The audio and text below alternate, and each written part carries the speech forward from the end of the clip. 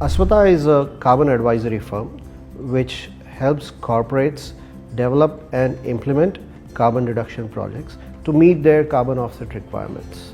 The projects that we work on, we intend to see that the project just does not reduce carbon emissions but also has a multiplier effect in terms of the livelihoods, the community and the ecosystem we are in.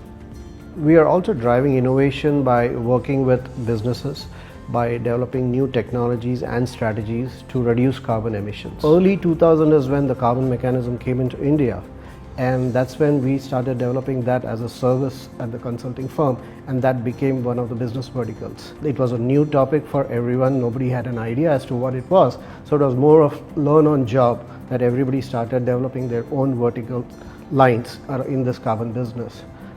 Since then, I've been working in the whole value chain of the carbon business, and today I'm here leading the carbon offset business at RPG.